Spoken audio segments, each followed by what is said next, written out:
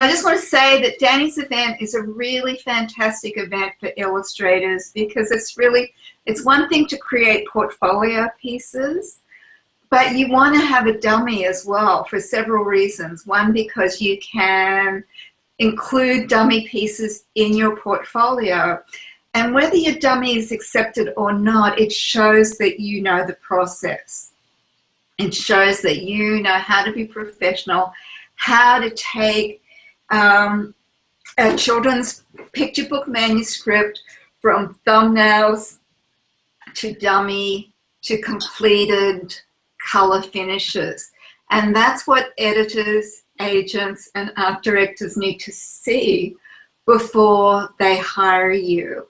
It's a huge investment hiring an illustrator.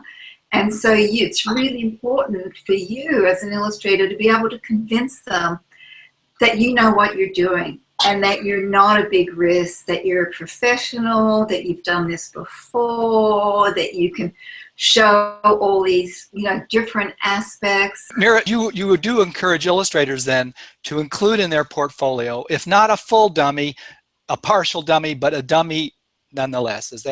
That's a... Absolutely, if it's well done. If it's well done. If it's not well done, it works against you. So that means that every spread needs to be, innovative in some way or move the story forward in some wonderful way. In the old days, you could do really funky illustrations and just have two really good ones.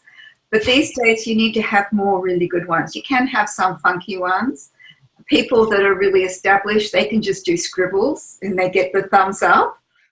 But if you're new and you're breaking in, you want to put your best foot forward. But at the same time, you don't want it totally finished. You don't want, a dummy full of color samples, because then it's going to put them off and they're going to think, oh, she's not going to, or he's not going to want to make all the changes needed. I just want to ask Dani something. Are you really excited about this? Isn't it fabulous? Oh my goodness. I've got so many good, I didn't think I could do it for a second year, but I've got so many good people. I get to see all the posts first, so I'm lucky.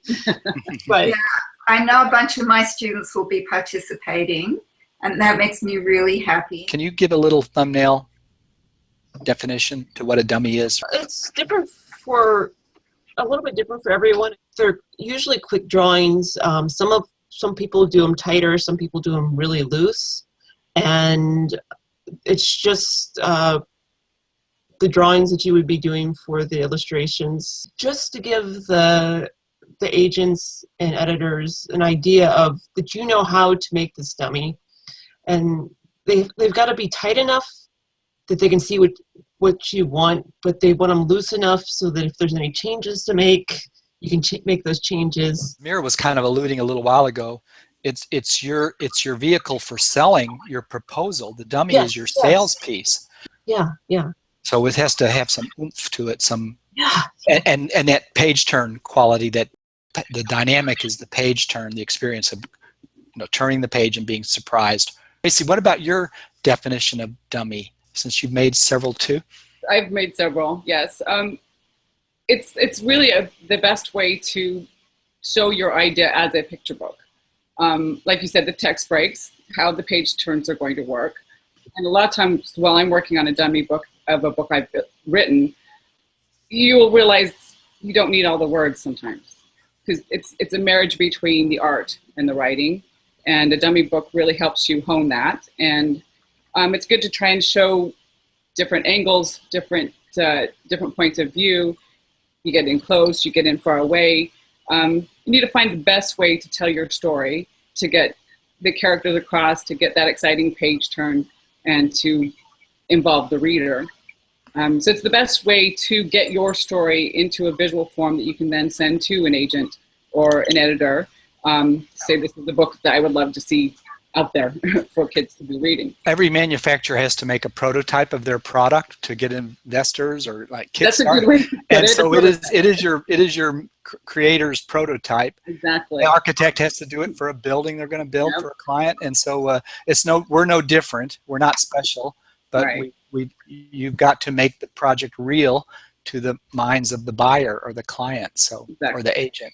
If you have the ideas for the story, you come up with a story and pictures, and then do come up with the thumbnails. You don't have to have a storyboard with just pictures, and you can maybe write some if it helps you to write those things down, like write the story down.